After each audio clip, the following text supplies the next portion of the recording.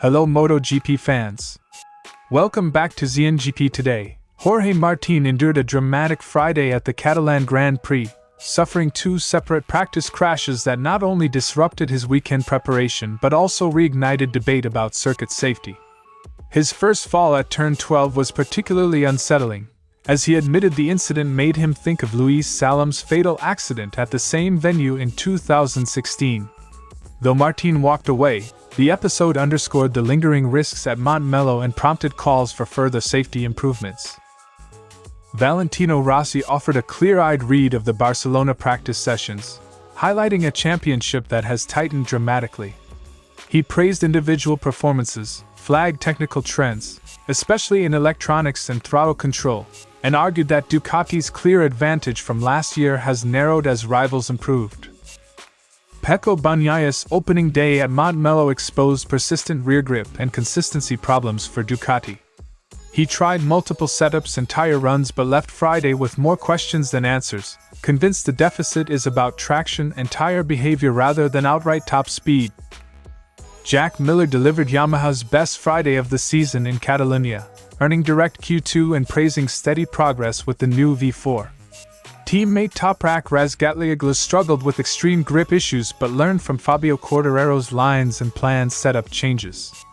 Yamaha's V4 shows promise, yet straight-line power and rider adaptation remain work in progress.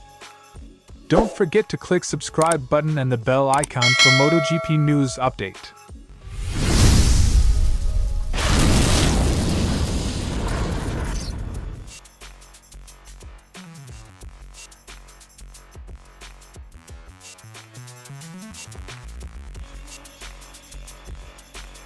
In the morning session, Martín lost control at turn 12, a fast and demanding section of the Barcelona track. His Aprilia flipped into the air fence, and he was thrown behind it, mirroring the trajectory that proved fatal for Salom a decade earlier. Although shaken, Martín was able to stagger away, missing the remainder of the session before returning later for practice starts. "I was lucky because it was a dangerous fall and I was very frightened." The fact that Martín immediately drew parallels with Salom's accident highlights how deeply riders internalize past tragedies, and how those memories resurface when safety margins feel thin. Martín's comments carried weight. He explicitly said the crash made him think of Salom, who died after hitting an air fence at the penultimate corner in 2016. Although the track layout was modified afterward, Martín's fall revealed vulnerabilities remain. He urged organizers to review the protection at turn 12, stressing that riders should not be left fearing for their safety in routine practice. When a current title contender invokes a fatal accident, it amplifies pressure on MotoGP's governing bodies and circuit officials to reassess safety standards. Air fences, gravel traps, and corner geometry may all come under scrutiny. Later in the day, Martín crashed again at turn 2, compounding his difficulties. The double incident left him outside the top 10 in combined times, meaning he must fight through qualifying 1 on Saturday to reach Q2. Two crashes in one day not only damage confidence but also strain his crew, who must repair the bike and recalibrate setup plans under time pressure. Crashes in practice can derail tire allocation strategies and force compromises in qualifying, potentially leaving a rider on the back foot for the race. Despite the scares, Martín reported he is physically fine and intends to continue. The challenge now is psychological. Returning to turn 12 with full confidence after such a frightening fall is never easy. His ability to reset mentally will be crucial for qualifying and race performance, especially as he is locked in a tight title battle with teammate Marco Bezzecchi. Riders often recover physically within hours, but mental scars can linger. Confidence at a specific corner can define lap times, and hesitation may cost crucial tenths. Jorge Martín's Catalonia practice crashes have reshaped the narrative of the weekend. His reference to Luis Salom's fatal accident has reignited scrutiny of Montmeló's safety measures, particularly at turn 12, while his second fall leaves him facing the added challenge of qualifying 1. For Aprilia, the priority is repairing the bike and restoring Martín's confidence. For MotoGP organizers, the incident is a reminder that safety improvements must be continuous, not reactive. Rossi split his trackside analysis between the first sector and the final screens, combining live observation with data review. He emphasized that Barcelona is a circuit where tiny details decide grid order and race pace. The details make all the difference. Rossi's approach underlines how marginal gains at this level are often the decisive factor. Rossi singled out Fabio Di Giannantonio for praise, noting the rider's technical understanding and consistent setup work. He highlighted Digia's braking, corner entry, and ability to maintain high speeds through turns as signs of a rider who has grown into the 2026 Ducati. A rider who interprets the bike well and requires only small setup tweaks is a major asset for a team focused on incremental gains. Rossi described Bezzecchi's start to the season as incredible, pointing to multiple wins and podiums and underlining his role as a genuine title contender. He contrasted Bezzecchi's steadiness with Martin's flashes of brilliance and occasional struggles. Consistency across races is often more valuable than isolated speed when the championship is tight. Rossi was impressed by Alex Marquez's speed and consistency, marking him as one of the riders who has gained ground in the compressed field. He also noted encouraging signs from Honda, while pointing out the bike still needs rear grip improvements. Midfield manufacturers making steady progress can reshape race dynamics by increasing competition for top positions. Rossi argued the biggest change since last year is technical parity. Ducati's early advantage has been eroded as rivals improved electronics, throttle response, and long corner behavior, producing cleaner, smoother bikes across the grid. He suggested that these electronic gains are a major reason lap times and race performance have converged. When electronics and rideability improve across manufacturers, rider skill and setup nuance become even more decisive. Rossi praised VR46's development of Di Giannantonio and reiterated the team's desire to retain an Italian rider as part of its identity. He acknowledged transfer market risks but emphasized continuity and the team's Italian DNA as strategic priorities. Maintaining a national identity can be both a sporting and branding choice for a factory-backed team. Rossi's read of Barcelona is that Moto GP has moved into a phase of fine margins. Ducati is no longer the runaway benchmark. Rivals have closed the gap through electronics and chassis evolution, and rider interpretation of those gains will decide outcomes. The championship looks set to be decided by setup precision, tire management, and intra-team discipline rather than a single manufacturer's dominance.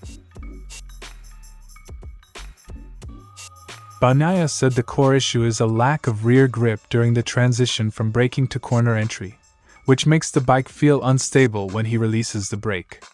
That instability costs time on corner exit, where Ducati normally gains ground. I have no feeling when I release the brake. The rear end moves too much. Transition stability is crucial at Barcelona. Losing confidence there forces conservative lines and slower exits.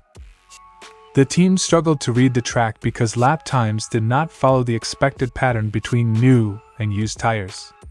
Bagnaia reported runs where a used tire was almost as quick as a fresh one, then a later new soft lost a second, making setup decisions difficult. Erratic tire response complicates strategy and undermines the usual approach of using tire progression to validate setup choices. Internal data comparisons suggested Bagnaia's problem is traction rather than braking or peak speed. He said other Ducati riders can open the throttle similarly but get much more drive, while he begins to spin and loses time on exits. They open the throttle the same way, but I start to spin much more and they have more traction. When one rider consistently lacks traction relative to teammates, engineers must examine chassis geometry, swing arm behavior, and electronic mapping for rider-specific solutions. To find a usable baseline, Bagnaia alternated between 2026 parts and elements from the GP24. Some older spec parts had worked better in Jerez but did not deliver the same improvement at Barcelona. He also experimented with tire compounds and wing/aero choices without a decisive breakthrough. Reverting to previous specs can be a pragmatic short-term fix, but it risks losing the development direction that produced gains elsewhere. Saturday will be decisive. Ducati must stabilize tire behavior, restore front-to-rear balance through the braking-to-entry phase, and find a traction solution that translates into consistent lap time gains. Bagnaia remained measured, acknowledging the track's low and variable grip makes diagnosis harder, but stressing the team's work is focused and urgent. If Ducati can reproduce the Le Mans direction across tire types, Bagnaia should recover competitiveness. If not, the team will need targeted chassis or electronics changes to protect rear tire life and corner exit speed. Friday exposed a traction and consistency problem that cost Bagnaia more than raw pace. The issue is solvable in principle, but Barcelona's tricky grip and the erratic tire behavior make it a tough weekend to fix. Saturday's sessions will reveal whether Ducati can convert their Jerez/Le Mans direction into a reliable race setup for Montmeló.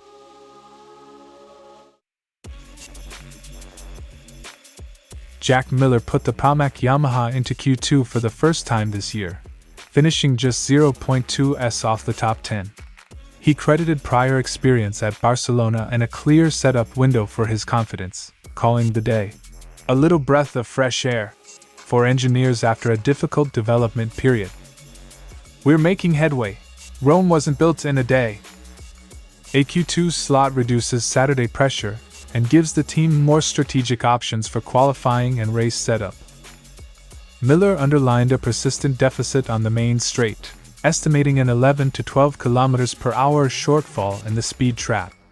He said the circuit's low grip meant the team could mitigate that weakness somewhat, but acknowledged the V4 still needs engine development to match rivals on long straights. Power deficit circuits expose engine gaps, gains that require factory development rather than weekend setup tweaks.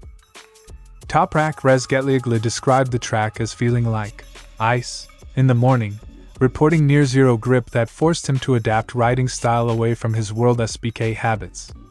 He followed Quartararo to learn corner approach and improved by almost a second, but still finished outside the top group. "I felt like I had zero grip. I need to adapt better to this bike." Rookie adaptation to Moto GP V4 dynamics is a process. Copying a proven teammate baseline is a fast way to accelerate learning. Miller praised the combined effort of race engineers and the test team, Augusto, Dovi, in iterating the V4. He framed progress as incremental, trial, error and validation across race weekends and test sessions, rather than instant fixes. Early season development often relies on parallel race and test programs to refine engine maps, aerodynamics and chassis balance. Yamaha arrives at Saturday with cautious optimism. Miller's Q2 place is encouraging, but the team must manage straight-line deficits and confirm tire and setup choices for race distance. Razgatlioglu's focus is on continuing to adapt his riding style and consolidating the lessons learned from Quartararo. If Miller converts Q2 into a strong grid slot, Yamaha can aim for a points haul. Razgatlioglu's progress will be judged by how quickly he translates practice gains into qualifying pace. Friday showed tangible signs of Yamaha's V4 development moving in the right direction, measurable progress from Miller, and a clear learning path for Razgatlioglu. The package still needs engine speed and broader stability across riders, but the day offered a pragmatic roadmap. Keep iterating, validate on track, and prioritize rider adaptation to turn incremental gains into consistent race results. Thanks for watching ZNGP Today, and this is your MotoGP news update. And see you next time!